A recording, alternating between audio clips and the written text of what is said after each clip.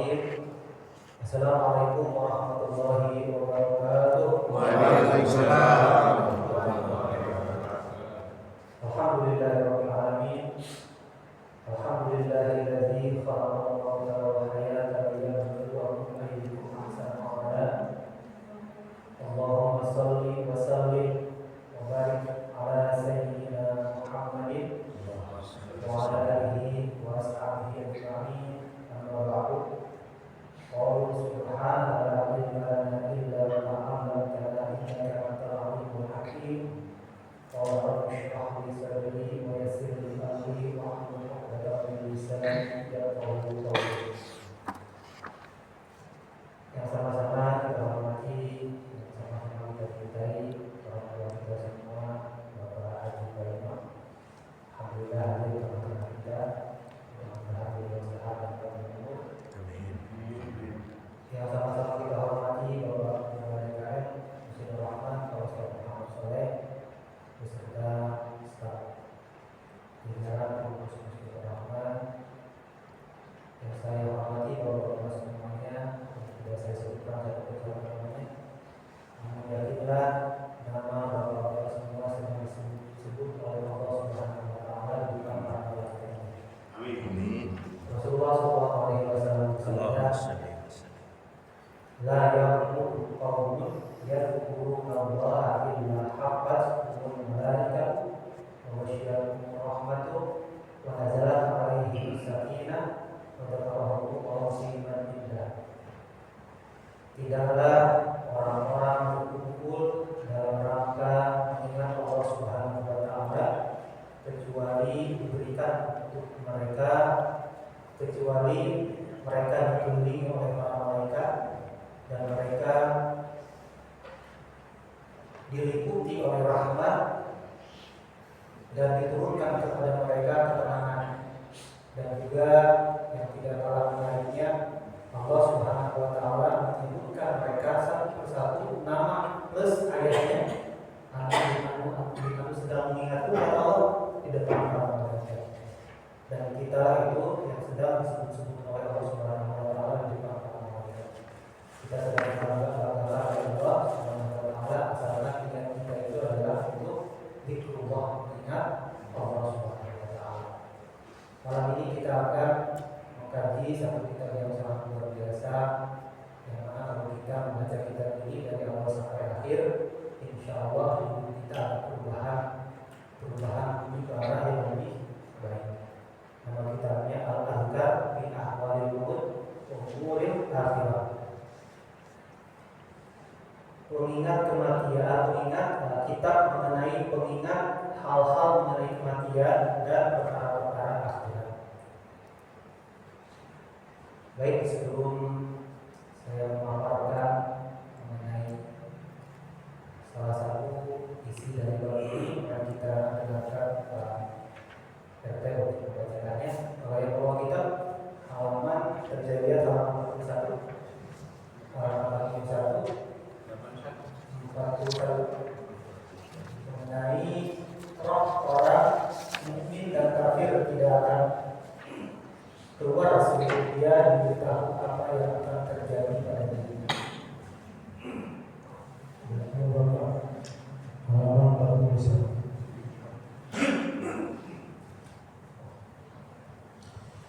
Bismillahirrahmanirrahim. Roh orang mukmin dan kafir tidak akan keluar sebelum dia diberitahu apa yang akan terjadi pada dirinya.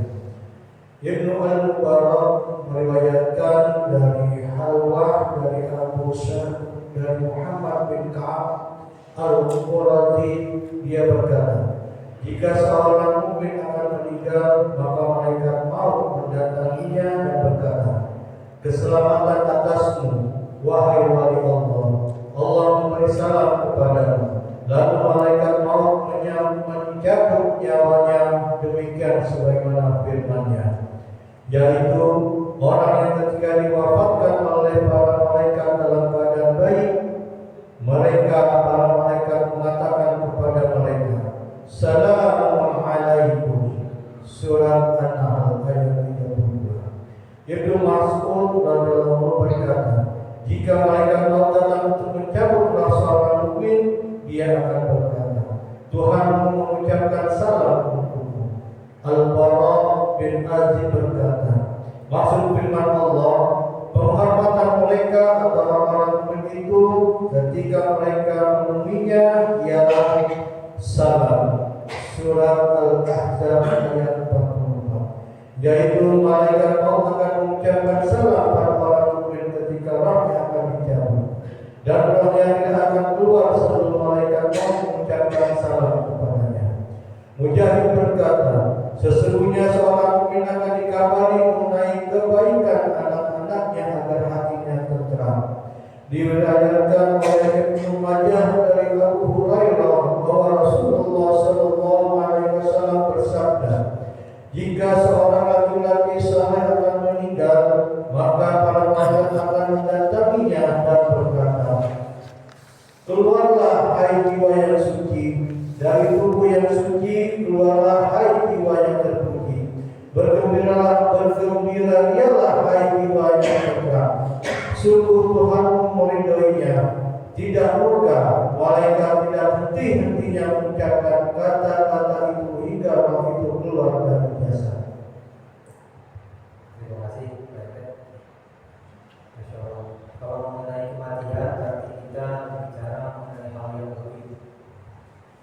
Kita tidak tahu mengenai apa yang akan dibagikan ketika kita meninggal dunia. Maka dari itu, untuk hal-hal yang gaib ini kita tidak boleh mengambil sembarangan dalil.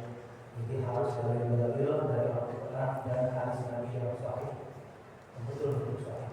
Makanya di sini Imam Al-Qurtubi menyebutkan tadi riwayat itu untuk menjelaskan kepada kita semua bahwa hadis yang dipaparkan oleh beliau dalam kitab hadis mengenai hadis sahih. Adapun yang akan saya terangkan di sini kita salihkan dari karena kalau anu pastinya akan bingung gitu kan. Jadi kita coba ambil itu saja.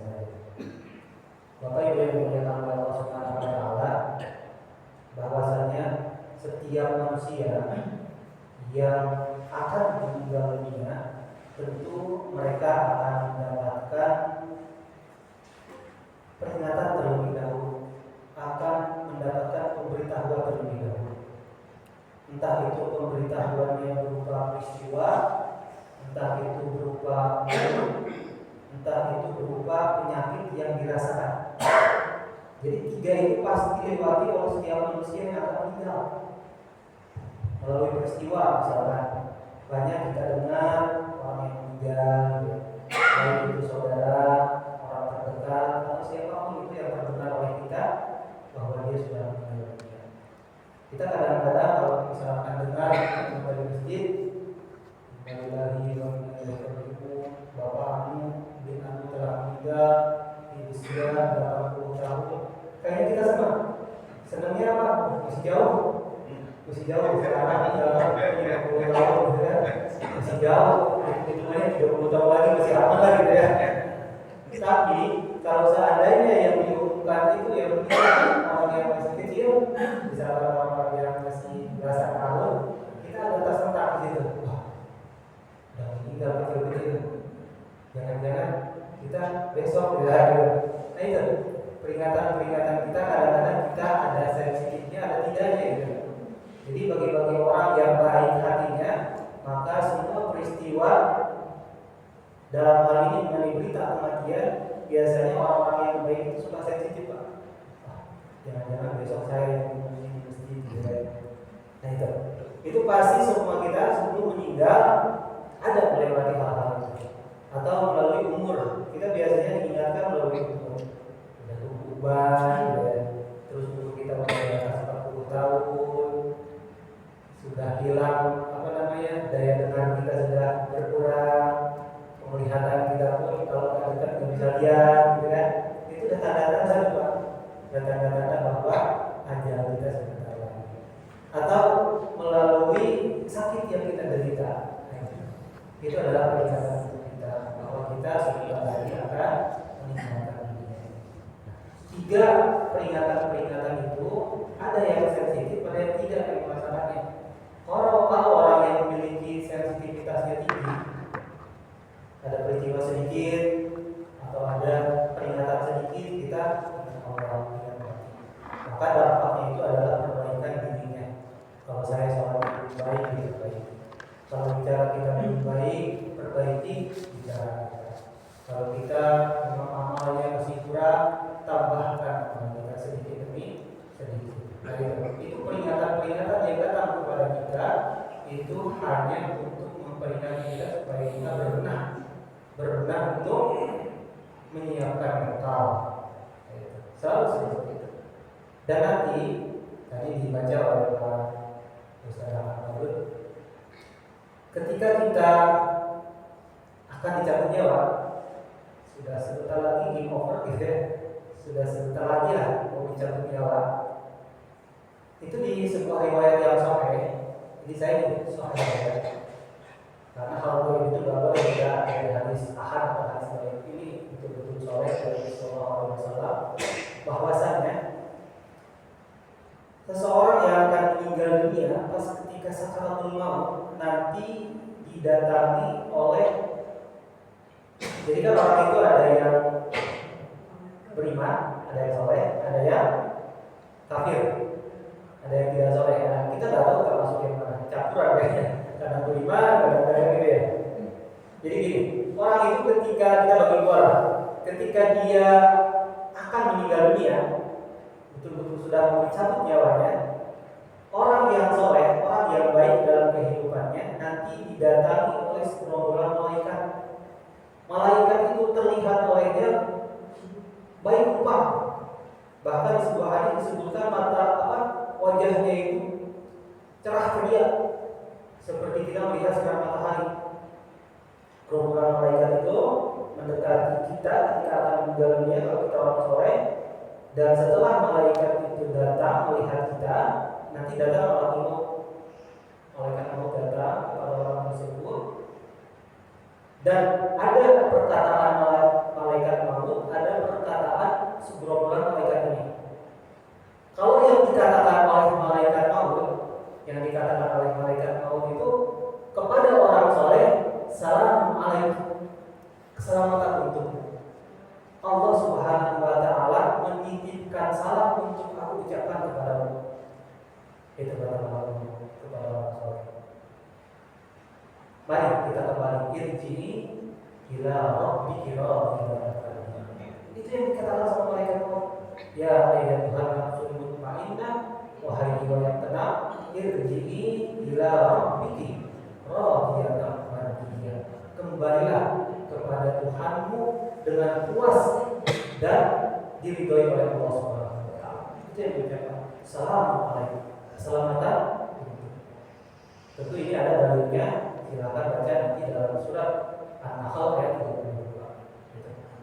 Alladzina tatawaffahumul malaikatu thayyibina yaquluna assalamu alaikum.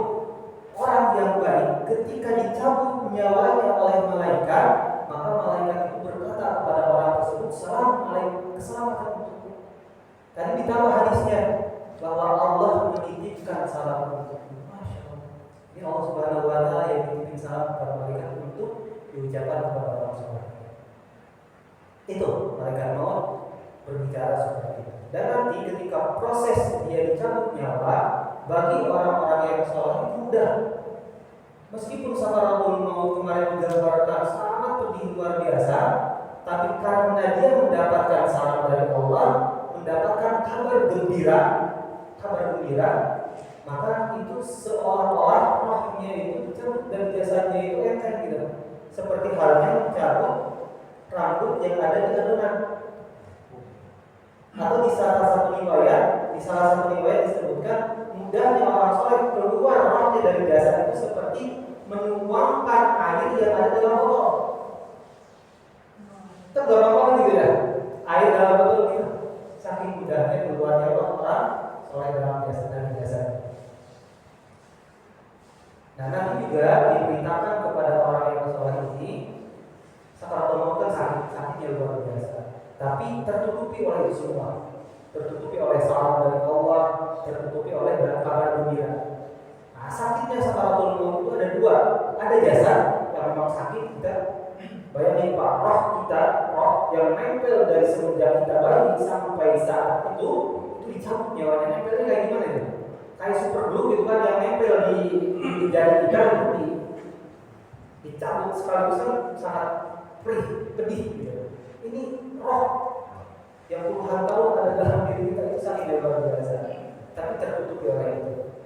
Dan sakit hati. Kenapa sakit hati? Karena kita akan meninggalkan semua yang kita cintai.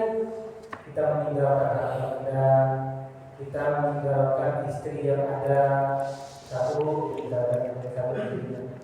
meninggalkan beberapa anak. Yang paling sedih dirasakan oleh orang yang akan meninggal itu adalah meninggalkan anak. Itu pedih sekali. Kita nggak tahu masa depan anak kita seperti apa. Dan nanti untuk orang-orang yang soleh diberitakan kepada mereka, wahai fulan bin fulan, jangan takut, jangan sedih, karena anakmu nanti menjadi anak yang soleh seperti ini. Anakmu nanti masa depannya akan bagus dan bersama-sama denganmu masuk surga. Nah, ketika diberitakan seperti itu pada orang soleh yang akan meninggal, dia tenang udah, sehingga dicabut nyawanya udah.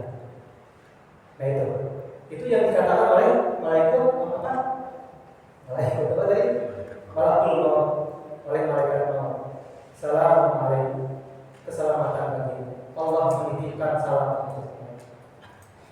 Ya ayyuhan nafsul mutmainnah, irji'i ila rabbiki radiyatan mardiyah. Kata Allah, "Fadkhuli fi ibadi." Masuklah kamu ke dalam golongan hamba-hambaku, fadkhuli jannati, dan masuklah kamu ke dalam surga. Nah, itu yang dikatakan oleh malaikat. Yang dikatakan oleh segerombolan malaikat yang tadi malaikatnya datang ya kepada orang soleh dengan penampilan yang sangat mengagumkan.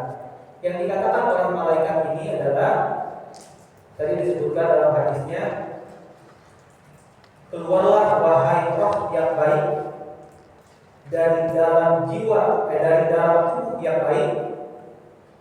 Keluarlah dengan terpuji dan bergembiralah, karena engkau akan mendapatkan kesenangan, engkau mendapatkan ridho dari Tuhanmu, dan Tuhanmu tidak murka.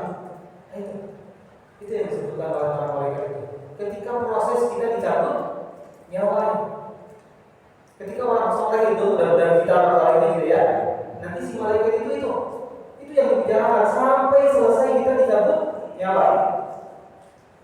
Keluarlah wahai roh yang terpuji dari dalam tubuh yang terpuji, keluarlah dengan terpuji dan bergembiralah, karena kau akan mendapatkan nikmat dari Tuhanmu. Tuhan ridho dan tidak murka kepadamu. Itu terus yang dicapai oleh para malaikat.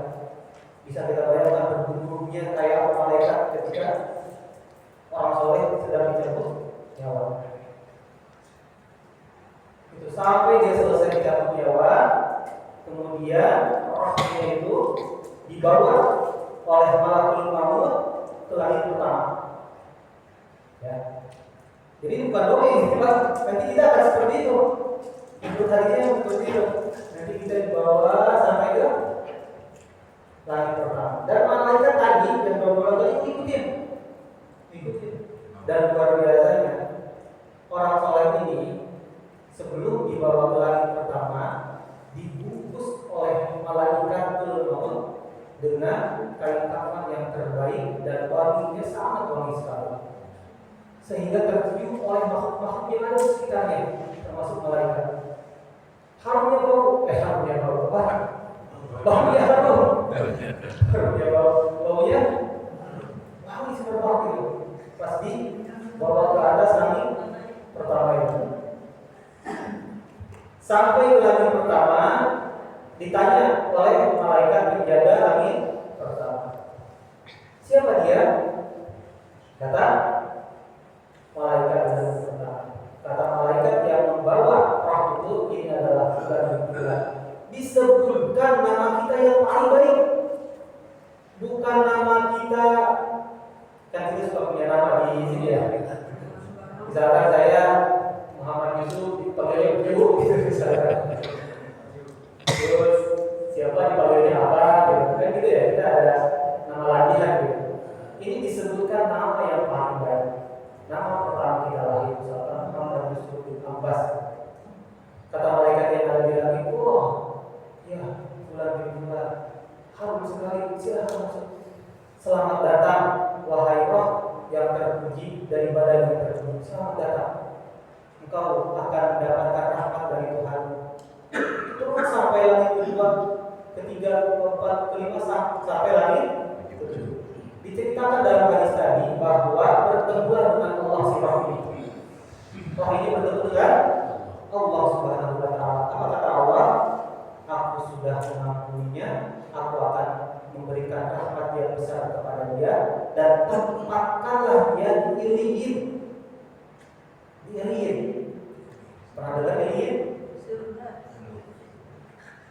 Pernah dengar Iliyin apa Iliyin? Ada di surat Al-Mutaffifin, surat ke-83. Hafal suratnya? Nah, kalau besok kita hafal suratnya itu luar biasa tuh. Ini dari ayat 18, 19, 20, 23 ya. Itu mengenai ini. Ya. Nanti orang-orang soleh oleh Allah Subhanahu wa Ta'ala disuruh kepada malaikat ditempatkan di Iliyin. Iliyin itu adalah bukan surga, tapi tempat yang sangat indah yang berada di atas langit ke-7 sebelum dimasukkan ke dalam surga. Rohnya orang sudah di sana semua oleh Allah ditempatkan di dekat arasy-Nya. Indah sekali. Indah sekali. Sambil nunggu jasadnya diurus. Ya, diproseskan dia, dimandikan, kemudian dikafani, kemudian disolatkan, kemudian diiringi ke kubur, kemudian dikuburkan. Nah, setelah masuk ke dalam kubur, baru si roh ini diturunkan sementara ke dalam kubur itu. Setelah kuburnya ditutup, nah ditutup secara sempurna, baru dia dikembalikan ke dalam kubur itu.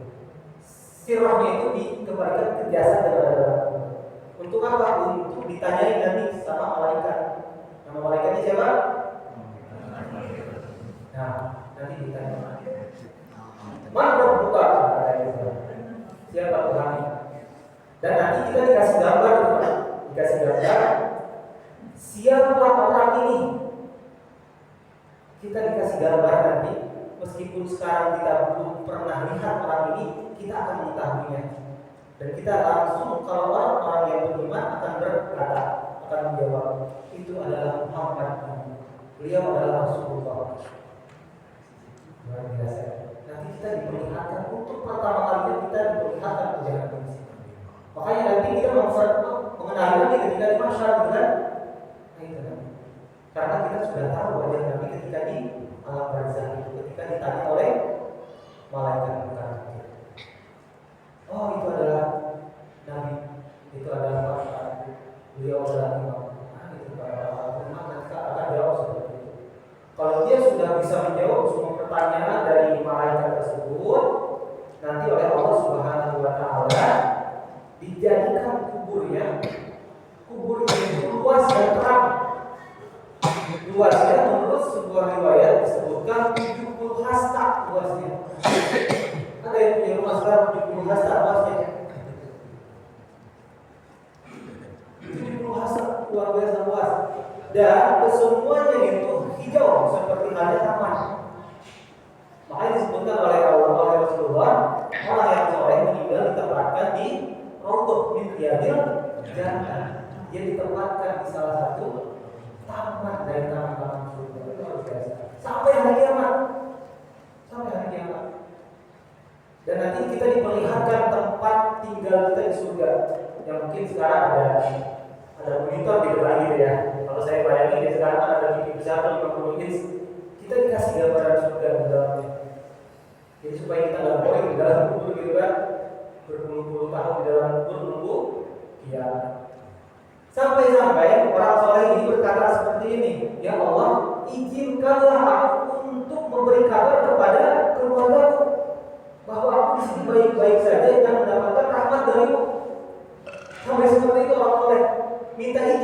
Allah supaya dia ngasih tahu keluarganya bahwa dia kemudian kita keluar kota gitu kan, pengen ngabari bahwa saya sudah selamat nih di sini enak hotelnya misalnya gitu. Begitu pun orang tua nanti. Alhamdulillah saya di sini mendapatkan tapi tidak diizinkan oleh Allah Subhanahu wa Ta'ala. Udah, dia baca nanti kamu akan bertemu dengan keluarga. Setelah itu dia berdoa, ya Allah segerakanlah siapa, ya Allah segerakanlah siapa supaya aku bisa bertemu lagi dengan keluarga. Itu harus kayak gitu. Adapun orang-orang yang kafir atau orang-orang yang fajir yang dalam kehidupan dunianya, ya orang yang jahat gitu ya, ketika dia akan meninggal dunia, ketika rohnya akan dicabut dari jasadnya, maka didatangkan sekumpulan malaikat yang berwajah buruk dan sangat busuk. Adapun malaikat maut yang datang kepadanya, malaikat maut dengan rupa yang sangat buruk. Itu udah sakit gitu ya, didatangkan rupa-rupa seperti itu mengerikan. Dan nanti malaikat maut yang mencabut nyawa orang kafir ini berkata, keluarlah wahai orang yang buruk dari dalam jiwa yang buruk, tidak ada keselamatan bagimu. Cabutnya pun perihnya pedihnya seperti halnya kain yang dilemparkan ke sekumpulan duri, kemudian si kain tersebut ditarik dengan paksa kain orang-orang kafir meninggal dunia. Dan malaikat yang tadi yang datang, sekumpulan malaikat tadi yang datang, tidak ada keselamatan bagimu wahai orang yang buruk dari jiwa yang buruk. Mudah-mudahan Allah tidak merahmati engkau mendapatkan kemurkaan dari Tuhan. Sampai selesai dicabut nyawa. Setelah si rohnya sudah keluar dari jasadnya, dia dibawa ke langit ke sana. Kata malaikat yang jaga di langit pertama, siapa ini? Kata malakul maut. Nah, tadi kan dibawa ya si orang ini. Nah, dibawanya itu dimasukkan ke dalam karung, kayak kucing gitu kan. Rohnya dimasukin ke dalam karung, dan karung itu sangat baunya bau busuk. Dan bau tersebut tidak pernah ada orang yang menciumnya ketika dunia. Andai ada orang yang mencium bau itu, tentu mereka akan bisa sampai mati saking baunya. Dan dibawa, dimasukin karung, mungkin karung boni gitu ya. Bawa diantar ke langit pertama. Kata langit pertama, siapa dia? Si Fulan. Dan disebutkannya nama yang terburuk yang pernah dipanggil bentuknya, si Bokel ini gitu ya. Kata penjaga langit pertama, Allah tidak mengizinkan dia masuk. Dan setelah itu si roh orang jahat ini, orang kafir ini dilemparkan ke dalam kuburnya sampai tembus ke dalam bumi lapisan ke-7. Kalau kita belajar geografi, bumi lapisan ke-7 ada 7 lapis. Itu adalah bumi yang sangat panas. Dan itulah yang dinamakan sijil. Ketemu sekarang sijil ini apa? Masih ada di dalam topik ayat 6. Itu orang jahat, orang kafir dilempar dari langit satu berapa kilometer ke dalam, dilempar sampai ke dalam kuburannya, sampai tembus ke dalam intim. Dan dia tinggal di sana selagi mayatnya diurus. Makanya itu, Bapak yang dirahmati Allah Subhanahu wa Ta'ala, kita disunahkan dan sangat ini hampir mendekati wajib mengurus jenazah itu harus disegera. Jangan nunggu siapa-siapa. Karena bagi orang soleh, dia ingin segera mendapatkan rahmat, dan bagi orang yang salah, yang dalam masa hidupnya dia buruk, berakhlak yang buruk, sholatnya jarang-jarang, maka dia akan mendapatkan keadilan dari Allah. Kalau orang yang buruk ini tidak segera diberikan, khawatir sebahagian azabnya itu tertimpa pada orang-orang yang masih hidup yang sedang mengurus jenazah. Nah itu makanya kita harus menyegerakan pengurusan jenazah. Nah itu.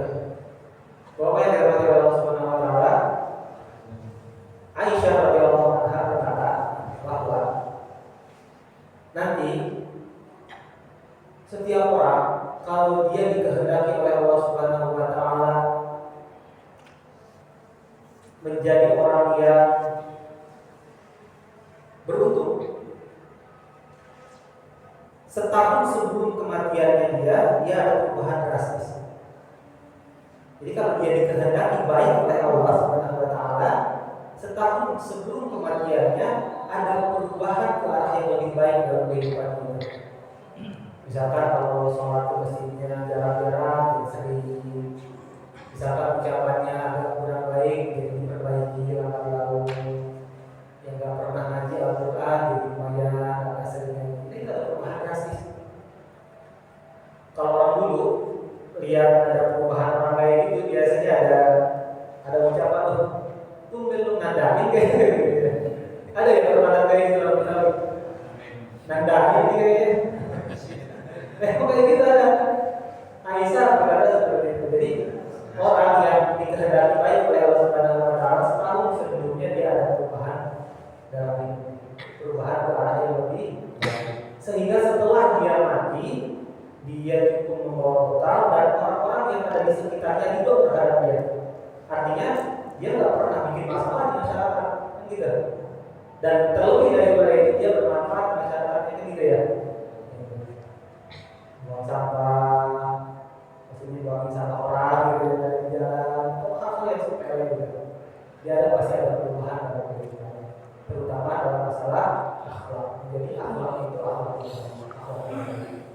Sebaliknya, jika seseorang dikehendaki oleh Allah Subhanahu wa taala buruk, maka orang tersebut setahun sebelum dia wafat atau setahun sebelum dia meninggal dunia, dia ada perubahan ke arah yang lebih buruk justru.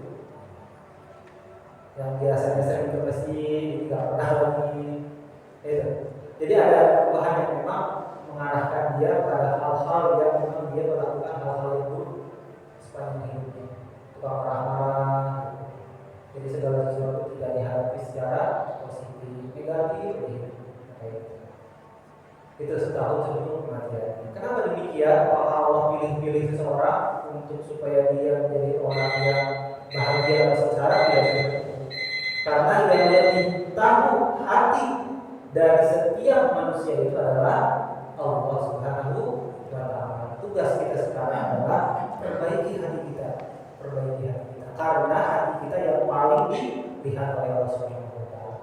Innallaha la yadurru ila suwarikum wa la ajsamikum. Sesungguhnya Allah Subhanahu wa taala tidak melihat rupa dan jasadmu, walakinna yanduru ila qulubikum. Akan tetapi Allah Subhanahu wa taala melihat isi hati.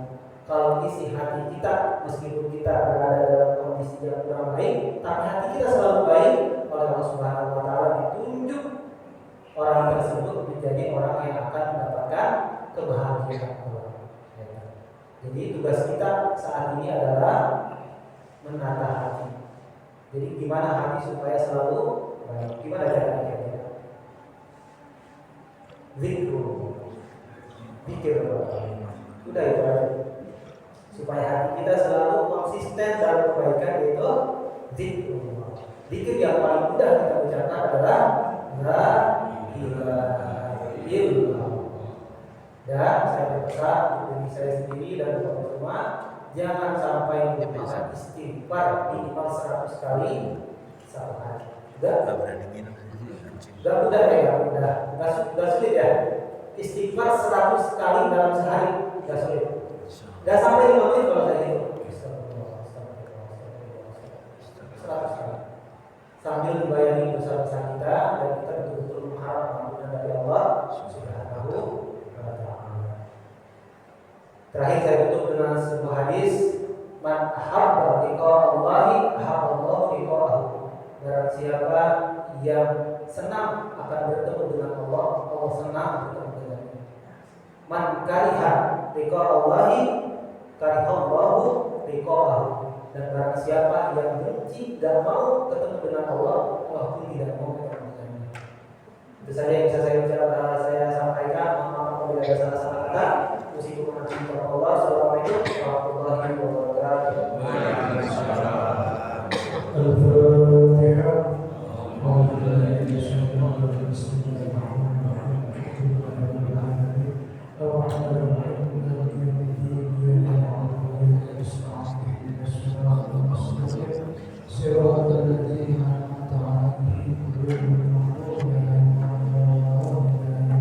وفرجك يا رحمن الحمد يا الجلال والإكرام اسمع يا الإسرع اللهم بحق الفاتحة وبشر الفاتحة وبمعجزة الفاتحة وبالقرآن الفاتحة وبالشفاعة الفاتحة افترنا وبخير واتنا من أخذ الخير يا فرد الحق يا مشفى يا مالك يا الخير ويا حق ويا كافي يا بلي الله ويا كافي يا بلي رحمة ويا كافي يا بلي رحيم اللهم صل علما نافعا وعملا متقبلا ورزقا وشفاء وشفاء من كل داء اللهم انا نعوذ بك من علم لا ينفع ومن قلب لا يشفع ومن نفس لا تشبع ومن دعاء لا يسمع دعوهم بها سبحانك اللهم وتحياتهم بها